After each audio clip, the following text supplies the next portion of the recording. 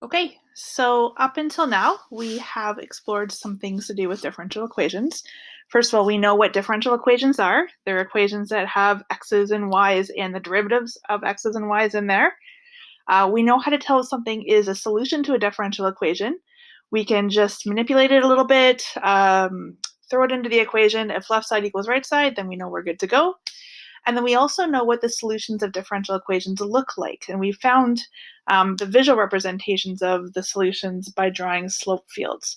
And from the slope fields, we can see what all the general solutions look like. And then we can also trace the path of particular solutions to see specific or particular solutions to differential equations at certain points. So what we want to do now is we want to be able to actually find the solutions to differential equations. So I'm going to split this video up into two pieces. So the first piece will be finding solutions to simple differential equations. And then we're going to look at differential equations that are a little bit more complicated. And I'm going to show you a strategy called separation of variables as a means of being able to find both general and particular solutions to those differential equations. So to get us started, what I would like us to do is look at this simple differential equation right here. So I've got dy by dx is equal to 3. Okay, so in your head, after your work with slope fields, you should be able to kind of visualize what that might look like. And based on your knowledge of that differential equation, what I would like you to do is I would like you to first of all tell me determine what the general solution would be to dy by dx. And then once you have your general solution, I want you to find two particular solutions, one through the point 1, 2, and one through the point -3, 0. So what I'd like you to do is press pause for a few minutes, think about this on your own, and then when you're ready, come on back and I'll show you my solution to this problem.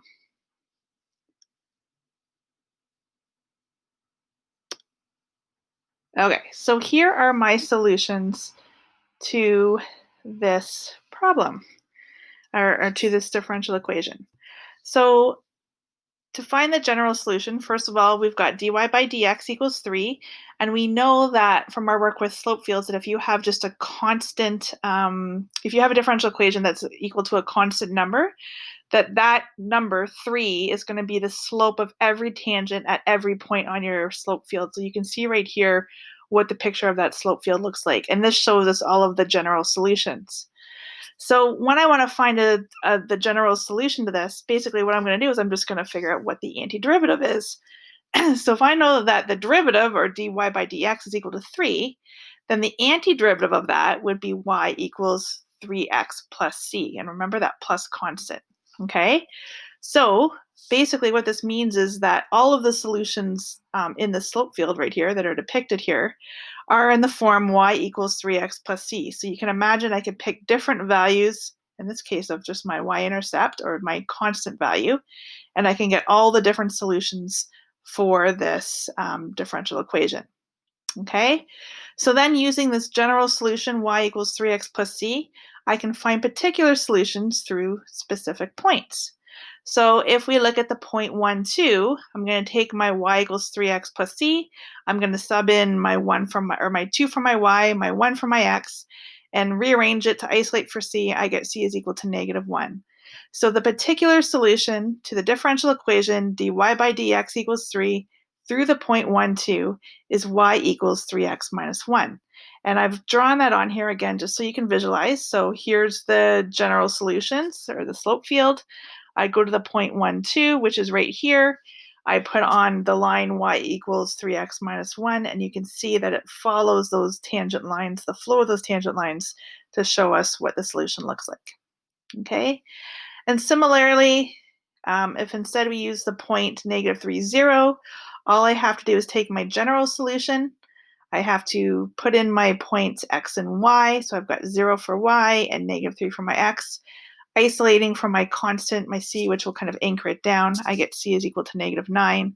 So my particular solution through this point is y equals 3x plus 9. So again, you can see the general solutions here. I'm going to plot on my point -3, 0. And when I put on that line y equals 3x plus 9, you can see it goes right through that point, negative 3, 0, and it follows the direction that the slope fields or the little tangent slopes at every point are telling me to go. So that works out well when we have simple differential equations, like differential equations that are equal to a constant. Even differential equations that are equal to like a 3x or a 5x or something with just an x in it.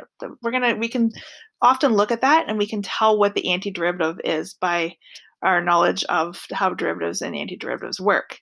However, we are going to meet some cases where the antiderivative is not going to be so easy to see. So if we look at this equation right here, dy by dx equals 3x squared times e to the negative y, this becomes a lot more complicated because now we've got the two variables, we've got x and y, and we have to figure out the antiderivative for that. So in the next video, I'm going to show you how to do that.